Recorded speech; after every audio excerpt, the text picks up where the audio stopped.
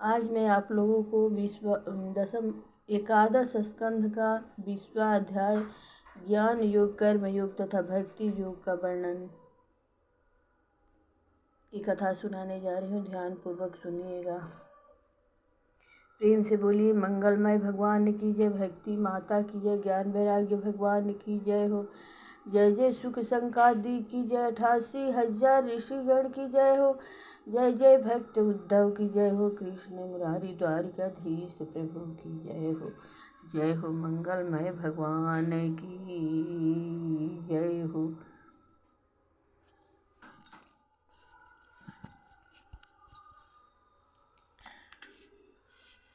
उद्धव जी बोले, हे हरिसूदन, आप सर्वशक्तिमान परमात्मा हैं। आप ही के वचन वेद हैं।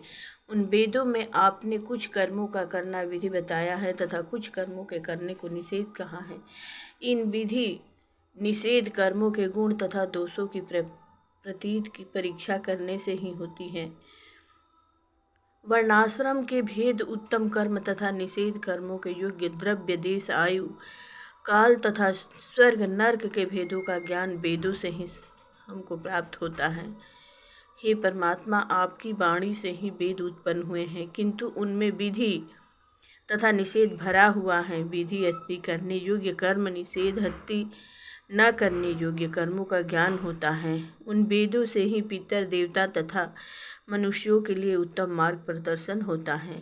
साध्य, साधन आदि का भी निर्णय भी उन्हीं वेदों से ही होता है। मुझे आश्चर्य इस बात में है कि एक स्थान पर तो कर्म करना उत्तम माना गया है, दूसरे स्थान पर कर्म करना निषेध माना गया है। इस विरोधी भाव से मेरे मन में बड़ा भ्रम उत्पन्न हो रहा है, अतः कृपा करके मेरे इस भ्रम को दूर कीजिए।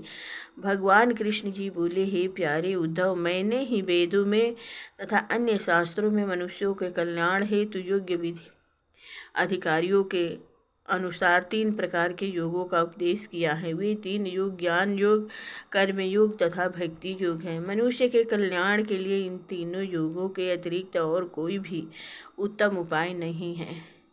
हे उद्धव, जो मनुष्य कर्म तथा उनके फलों से विरक्त हो गए हैं तथा उनकी आसक्ति बिल्कुल मिट चुकी है, वे ही ज्ञान योग के अधिकारी कहे गए हैं।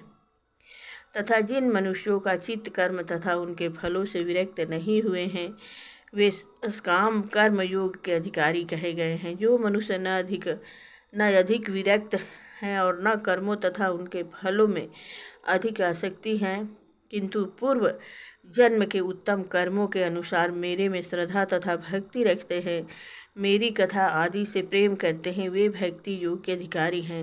मनुष्य को विधि निषेध के अनुसार जब भी तक कर्म करना चाहिए, तब तक इस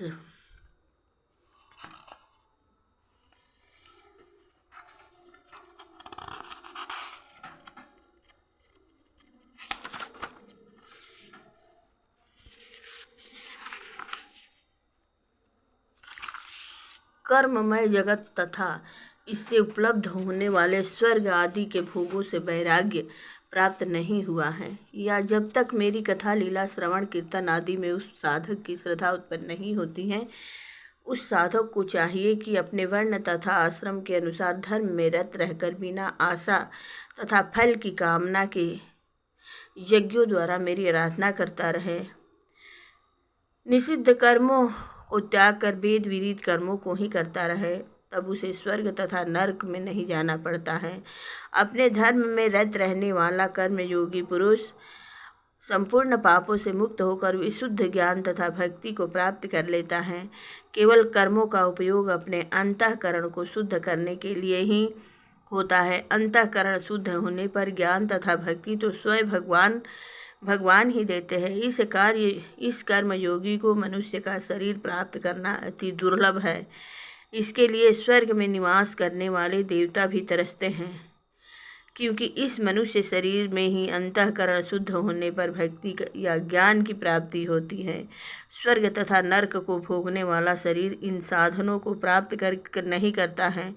इसलिए बुद्धिमान पुरुष को स्वर्ग तथा नरक की इच्छा नहीं करनी चाहिए और न मनुष्य शरीर की इच्छा करनी चाहिए, क्योंकि इन तीनों शरीर में से किसी में भी अभिमान प्राप्त होने पर परमात्मा के वास्तविक स्वरूप को भूलने की आशंका रहती है। हे उद्धव, यह मनुष्य शरीर काल के गाल में जाने वाला होने पर भी परमार्थवादी है। इस शरीर से परमात्मा की शक्ति प्राप्त होती है, इसलिए बुद्धिमान पुरुष मृत्यु होने से पहले ही सावधान होकर ऐसा उत्तम साधन करे जिससे फिर वह जन्म मृत्यु के चक्कर में न पड़कर सदा के लिए मुक्त हो जाए। हे प्यारे उद्धव, योगी जन वैसे तो कोई निषेध कर्म करते ही नहीं हैं। यदि प्रमादवश कोई निंदित कर्म हो जाए तो उसके पाप को योग द्वारा ही भस्म कर देना चाहिए। योगी के लिए कृच्छ, चंद्रायण आदि व्रतों द्वारा प्रायश्चित करने की आवश्यकता नहीं है। ये व्रत आदि तो कर्मकांडियों के लिए ही होते हैं, योगी के लिए नहीं। वेदों में विधि निषेध कर्मों का जो निरूपण किया है उसका अर्थ उनमें गुण दोष निकालने का नहीं है। उनका तात्पर्य यह है कि मनुष्य जो कर्म करे वह उन वेद विदित कर्मों की आसक्ति त्याग कर करें, क्योंकि कर्म स्वभाव से ही अशुद्ध होते हैं। उनकी फल प्राप्ति से स्वर्ग आदि, नरक आदि, नश्वान असत्य वस्तु की प्राप्ति होती है। मेरी प्राप्ति तो तभी होती है जब वह उन सभी कर्मों से विरक्त हो गया हो और उन कर्मों को दुखमय समझता हो। वह यह समझता हो कि यह सभी भोग तथा वासनाएं दुखदायी हैं, किंतु ऐसा सब कुछ जानते हुए भी जो उन भोगों को त्यागने में असमर्थ है और उनकी इच्छा उन भोगों को भोगने में लगी हुई है, तो ऐसे पुरुष को चाहिए कि उन भोगों को तो भोगता रहे किंतु उनमें सच्ची आसक्ति न रखे। उन्हें दुख रूप समझकर उनकी निंदा करता रहे और साथ ही साथ मेरा भजन करता रहे। इस प्रकार मेरी भक्ति के द्वारा निरंतर भजन करते रहने से उस साधक के हृदय में मैं स्वयं विराजमान हो जाता हूँ और हृदय में मेरे विराजते ही उसकी सब वासनाएं नष्ट हो जाती हैं। उसके हृदय की गांठ खुल जाती हैं, उसकी विषय वासनाएं नष्ट हो जाती हैं, उसके सब संशय दूर हो जाते हैं और मुझ सर्वात्मा का साक्षात्कार हो जाता है। इस प्रकार भक्ति योग द्वारा मेरे चिंतन करने वाले साधक को ज्ञान तथा वैराग की आवश्यकता नहीं होती है। ज्ञान, वैराग, योग, अभ्यास, कर्म, तपस्या, दान तथा धर्म आदि जितने भी साधन हैं उन सबों का फल मेरे भक्त को मेरी भक्ति के द्वारा न्यास ही प्राप्त हो जाते हैं। मेरा भक्त स्वर्ग आदि की कभी कामना नहीं करता है, वह मुझे छोड़कर कैवल्य मोक्ष को भी नहीं चाहता है। इसलिए निष्काम भाव से काम करना ही मेरी भक्ति प्राप्त करना है। विधि निषेध तथा गुण दोनों का निरूपण करना तो कर्म करने वालों के लिए है। मेरे अनन्य प्रेमी भक्तों के लिए विधि निषेध तथा गुण दोषों के उत्पन्न होने वाले पुण्य तथा पापों से कोई संबंध नहीं है। इस प्रकार मेरे बनाए हुए ज्ञान योग, भक्ति योग तथा कर्म योग इन तीनों मार्गों का आश्रय लेता है, वह मेरे परम पद को प्राप्त होकर परम ब्रह्म पद को प्राप्त कर लेता है। प्रेम से बोलिए मंगलमय भगवान की जय हो। जय जय भक्त उद्धव की जय हो। भगवान कृष्ण बोले, हे प्यारे उद्धव, मेरी प्राप्ति के लिए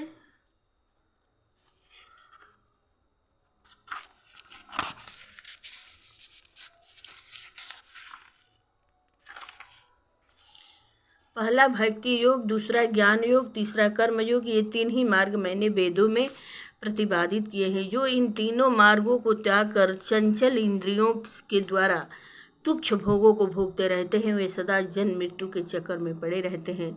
अपने अपने कार्य के अनुसार धर्म कार्यों में दृढ़ निश्चय रखना गुण में तथा इनके विरुद्ध अनाधिकार कर्म करना ही दोष माना गया है। इसका अर्थ यह है कि अपने अपने अधिकारों के अनुसार ही गुण तथा दोषों की व्यवस्था की गई है। प्रकृति की दृष्टि में सभी वस्तु समान है। किसी को उस वस्तु का करना गुण है तथा किसी को उस वस्तु का करना दोष है। यह सब अधिकार के अनुसार ही गुण दोषों का निरूपण वेदों में किया गया है।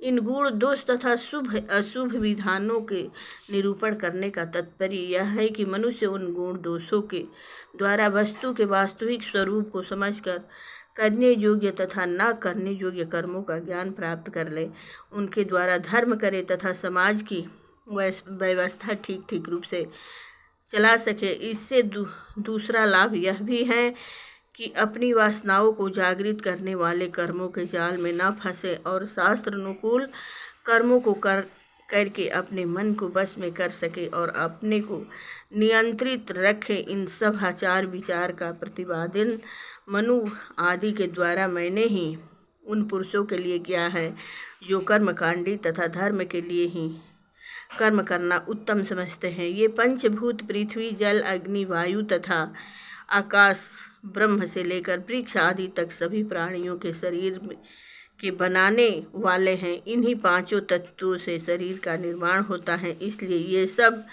शरीरों के लिए समान है। सबकी आत्मा भी एक होने से सबके लिए समान है। हे प्यारे उद्धव, सब शरीरों के लिए पांचों भूत समान होने पर भी